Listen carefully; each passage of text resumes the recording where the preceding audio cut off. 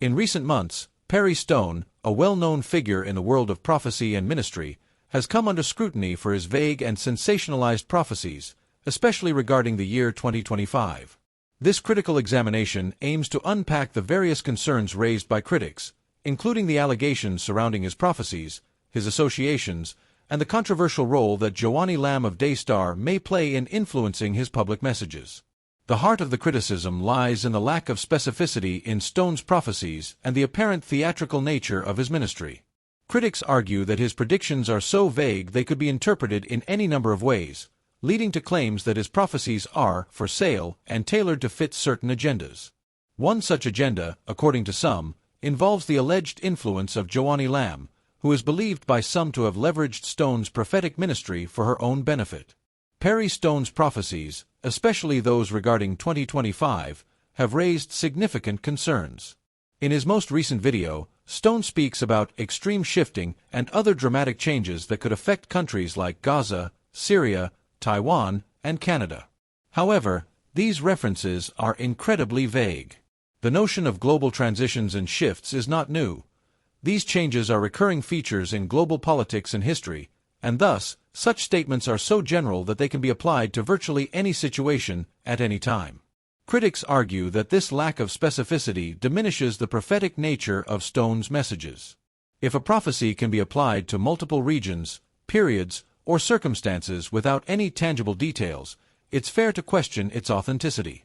Furthermore, the reliance on general and widely applicable statements undermines the credibility of his ministry and the divine inspiration that he claims to have. In the same video, Stone also addresses the idea of demon spirits influencing people's voices to spread lies and slander. While the concept of spiritual warfare and falsehoods being propagated through people is a long-standing Christian teaching, the vagueness of this statement leaves much to be desired. Is Stone claiming that this phenomenon is new, or has it always been present? The lack of clarity makes it difficult for the viewer to connect this claim to a specific, actionable prophecy. As such, these statements are often perceived as little more than general observations about human behavior rather than definitive revelations about what will happen in 2025. One of the most controversial aspects of the criticism surrounding Perry Stone is the alleged role of Joni Lamb in shaping his messages. Joni Lamb is the co-founder of Daystar Television, a prominent Christian network that has been the subject of various allegations over the years. Some critics believe that Lamb may be financially supporting Stone's prophetic endeavors, and in turn, Stone is delivering messages that align with her interests. This theory stems from several factors, including the fact that Stone's prophecies are often seen as aligning with the agenda of Daystar. There are claims that Lamb has used her financial influence to buy Stone's prophetic messages in order to further her own ministry and strengthen Daystar's position in the Christian television market. These suspicions are fueled by reports of other high-profile figures allegedly leaving Daystar, which has led some to believe that the network's internal dynamics may be affecting the integrity of its programming. Furthermore, there are accusations that Lamb is using her influence to manipulate male figures in the ministry, a practice that some critics have likened to a modern-day form of manipulation akin to the biblical story of Jezebel. In this narrative, a powerful woman uses her influence over men to further her own ends, often at the expense of others. While these accusations remain unproven, they have added fuel to the fire of discontent surrounding both Joni Lamb and Perry Stone. Another point of contention with Perry Stone's ministry is the tendency to sensationalize his prophecies. Critics argue that Stone often uses extreme language and dramatic rhetoric to present his messages in a way that seems more like a Hollywood thriller than a sincere prophecy. His videos are described as having an almost theatrical quality, with exaggerated language and grandiose predictions that are difficult to take seriously. This sensational approach is not uncommon in certain segments of the charismatic Christian movement, where there is a constant push for more dramatic and attention-grabbing prophecies. Stone's followers, who often believe in the supernatural power of his predictions, may find these dramatic messages compelling, but they also raise concerns about the authenticity and integrity of the messages. A prophecy that is presented in a sensationalized manner can easily be dismissed as theatrics rather than a genuine revelation from God. One example of this sensationalization is Stone's statement that only the strong will stand in the face of challenges. While this phrase may sound powerful and inspiring, it is also vague and general. It is a sentiment that could apply to any situation in any era, and it offers little in terms of actionable insight or foresight. Critics argue that this kind of language is typical of Stone's ministry, which often emphasizes the dramatic and emotional aspects of prophecy rather than providing concrete, specific messages that can be verified or acted upon. Perry Stone has also been associated with the prosperity gospel, a controversial theology that teaches that God rewards faithfulness with financial success and material wealth. Critics of the prosperity gospel argue that it distorts the biblical message by focusing too heavily on material gain and success, often at the expense of spiritual growth and humility. Stone's involvement in the prosperity gospel movement has led some to question the true nature of his ministry.